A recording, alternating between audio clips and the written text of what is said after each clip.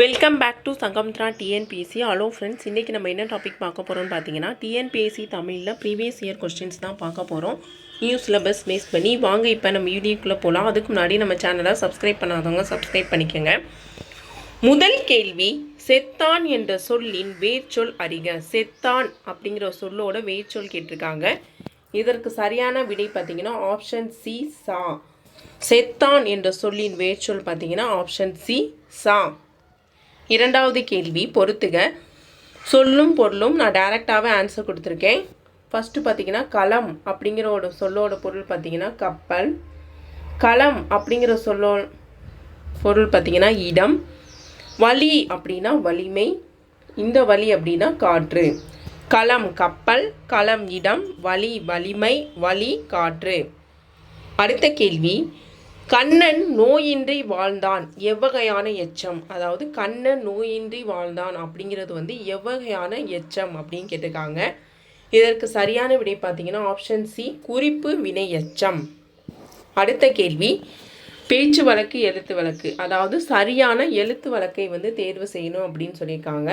இதற்கு சரியான ஆன்சர் பார்த்தீங்கன்னா ஆப்ஷன் ஏ, வரிசையாக நில்.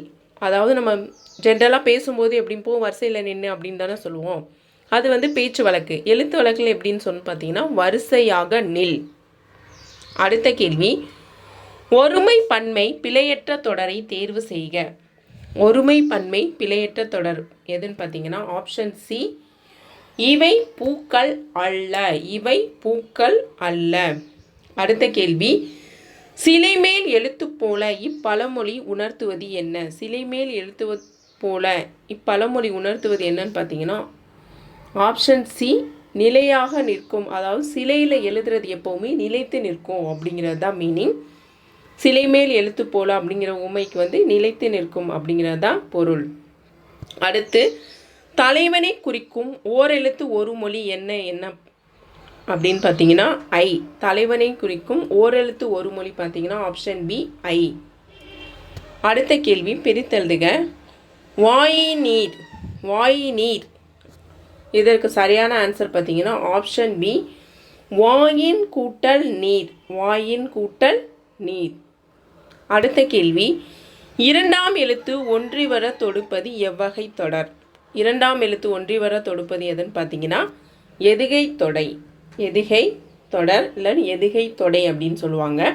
முதல் எழுத்து ஒன்றி வருவது மோனை. இரண்டாம் எழுத்து ஒன்றி வர தொடுப்பது எதுகை. அடுத்த கேள்வி, வீடு தோர் இறந்தும், வீடு தோர் இறந்தும் அப்படிங்கிற சொல்ல பிரித்தெழுத சொல்லி கேட்டிருக்காங்க. இதற்கு சரியான ஆன்சர் பார்த்தீங்கன்னா ஆப்ஷன் ஏ, வீடு தோறும் கூட்டல் இறந்து. வீடு தோறும் கூட்டல் இறந்து. அடுத்த கேள்வி, கொள் என்ற வேர்ச்சொல்லில் இருந்து உருவான வினையெச்சம் எது. கொள் என்ற வேர்ச்சொல்லில் இருந்து உருவான வினையெச்சம் பார்த்தீங்கன்னா ஆப்ஷன் ஏ, கொண்டு. ஆப்ஷன் ஏ, கொண்டு. அடுத்த கேள்வி, அவன் சித்திரையான் எவ்வகை வாக்கியம். அவன் சித்திரையான் அப்படிங்கிறது காலப்பெயர். அவன் சித்திரையான் அப்படிங்கிறது எவ்வகை பெயர் எவ்வகை வாக்கியம் அப்படின்னு கேட்டாங்கன்னா சரியான விடை ஆப்ஷன் சி, காலப்பெயர். அடுத்த கேள்வி, சோறு சரியான சொல்லை கண்டறிக. அதாவது மரபு பிழை. இது மரபு பிழை. சோறு உண்டான். இதற்கு சரியான ஆன்சர் பார்த்தீங்கன்னா ஆப்ஷன் பி, சோறு உண்டான்.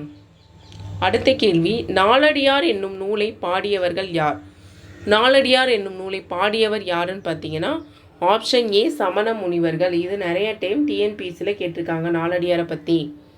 அடுத்த கேள்வி, ஆங்கில சொல்லுக்கு நிகரான தமிழ் சொல். இன்ஸ்கிரிப்ஷன் அப்படின்னா ஆப்ஷன் ஏ, கல்வெட்டு. ஆப்ஷன் ஏ, கல்வெட்டு. இன்ஸ்கிரிப்ஷன் ஆப்ஷன் ஏ, கல்வெட்டு. அவ்வளோதான் ஃப்ரெண்ட்ஸ். இந்த வீடியோவில் 15 இம்பார்ட்டன்ட் கொஸ்டின்ஸ் பார்த்தாச்சு. அடுத்த வீடியோவில் அடுத்த 15 இம்பார்ட்டன்ட் கொஸ்டின்ஸ் பார்ப்போம். தேங்க்யூ.